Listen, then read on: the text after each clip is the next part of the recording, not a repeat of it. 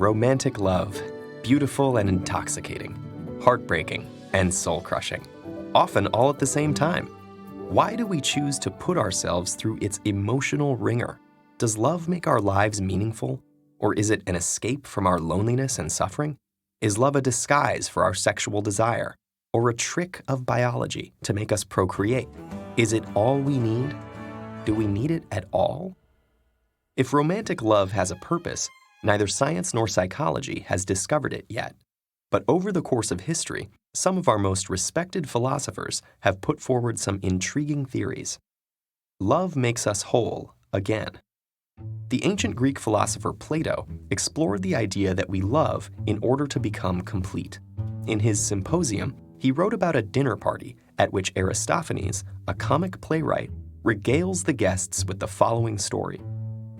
Humans were once creatures with 4 arms, 4 legs, and 2 faces. One day they angered the gods, and Zeus sliced them all in 2. Since then, every person has been missing half of him or herself. Love is the longing to find a soulmate who will make us feel whole again. Or at least that's what Plato believed a drunken comedian would say at a party. Love tricks us into having babies. Much later, German philosopher Arthur Schopenhauer maintained that love, based in sexual desire, was a voluptuous illusion. He suggested that we love because our desires lead us to believe that another person will make us happy. But we are sorely mistaken. Nature is tricking us into procreating, and the loving fusion we seek is consummated in our children. When our sexual desires are satisfied, we are thrown back into our tormented existences, and we succeed only in maintaining the species and perpetuating the cycle of human drudgery. Sounds like somebody needs a hug. Love is escape from our loneliness. According to the Nobel Prize-winning British philosopher Bertrand Russell, we love in order to quench our physical and psychological desires. Humans are designed to procreate, but without the ecstasy of passionate love, sex is unsatisfying. Our fear of the cold, cruel world tempts us to build hard shells to protect and isolate ourselves. Love's delight, intimacy, and warmth helps us overcome our fear of the world, escape our lonely shells, and engage more abundantly in life. Love enriches our whole being, making it the best thing in life. Love is a misleading affliction. Siddhartha Gautama, who became known as the Buddha or the Enlightened One, probably would have had some interesting arguments with Russell. Buddha proposed that we love because we are trying to satisfy our base desires. Yet, our passionate cravings are defects, and attachments, even romantic love, are a great source of suffering. Luckily, Buddha discovered the Eightfold Path, a sort of program for extinguishing the fires of desire so that we can reach nirvana, an enlightened state of peace, clarity, wisdom, and compassion. The novelist Chao Xue-qin illustrated this Buddhist sentiment that romantic love is folly in one of China's greatest classical novels, Dream of the Red Chamber.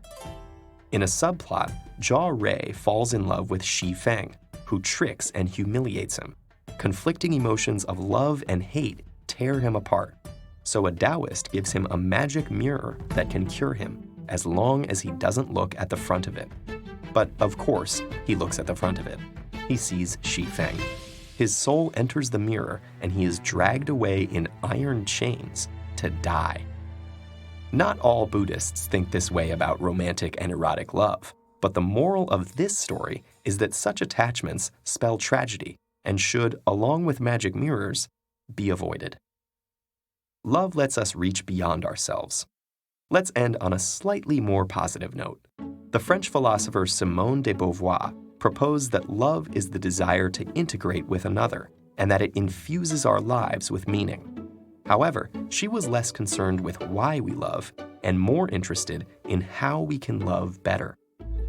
She saw that the problem with traditional romantic love is it can be so captivating that we are tempted to make it our only reason for being.